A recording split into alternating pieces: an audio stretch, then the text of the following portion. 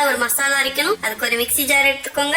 3 teaspoon தேங்காய் துருவல் எடுத்து வச்சிருக்கேன், அதையும் போட்டுக்கலாம். 1 டீஸ்பூன் ஜீரகமும் போட்டுக்கலாம். ஜீரகம் சும்மா ஒரு ஃபிளேவருக்காக போடணும், அதனால கம்மியா போடணும். 1 டீஸ்பூன் மல்லி விதையும் போட்டுக்கலாம். இதோடைய மீடியம் சைஸ் ஒரு துண்டு இஞ்சி எடுத்து வச்சிருக்கேன், அதையும் போட்டுக்கலாம். 8 பல்லு பூண்டும் போட்டுக்கலாம். பூண்டு விருப்பம் இல்லாதவங்க போட வேண்டியதுல அதுவும் போட்டுக்கலாம்.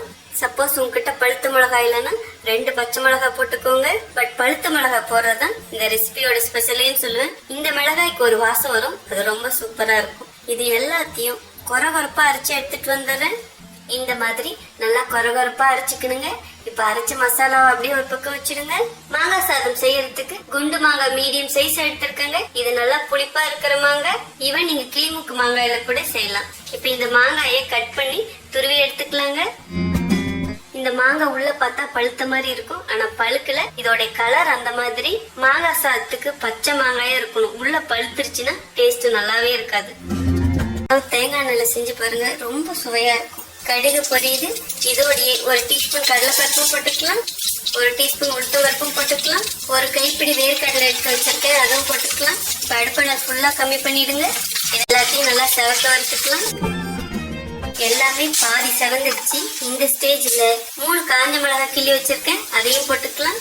நான் எங்க செவந்துடுச்சு, இந்த அளவுக்கு வறுத்துக்கிட்டா போதும். இப்ப இதோடைய கொஞ்சமா கருவேப்பிலையும் போட்டுக்கலாம். மசாலா பொடியும் போட்டுக்கலாம். 5 நிமிஷம் இந்த மசாலா பச்சை மணம் போற வரைக்கும் வதக்கலாம். இந்த ஸ்டேஜ்ல 1/2 டீஸ்பூன் பெருங்காய பொடி போட்டுக்கலாம். இதுக்கு தேவையான அளவு தூளுப்பும் போட்டுக்கலாம். அடுத்தது நம்ம துருவி வச்ச மாங்காய் இதுலயே போட்டுக்கலாம். இப்ப எல்லாத்தையும் ஒன்று சேர்த்து கிளறிக்கோங்க. அடுப்பை கம்மியாவே வச்சுக்கோங்க.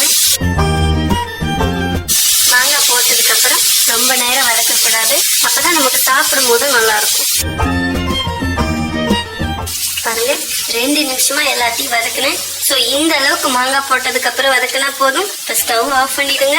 அவ்வளவுதாங்க, மாங்காய் சாதம் இனிமே கலர வேண்டியதுதான். இதை ஆற வச்சும் செய்யலாம், சூடாவும் செய்யலாம். Thank you for watching the video, guys.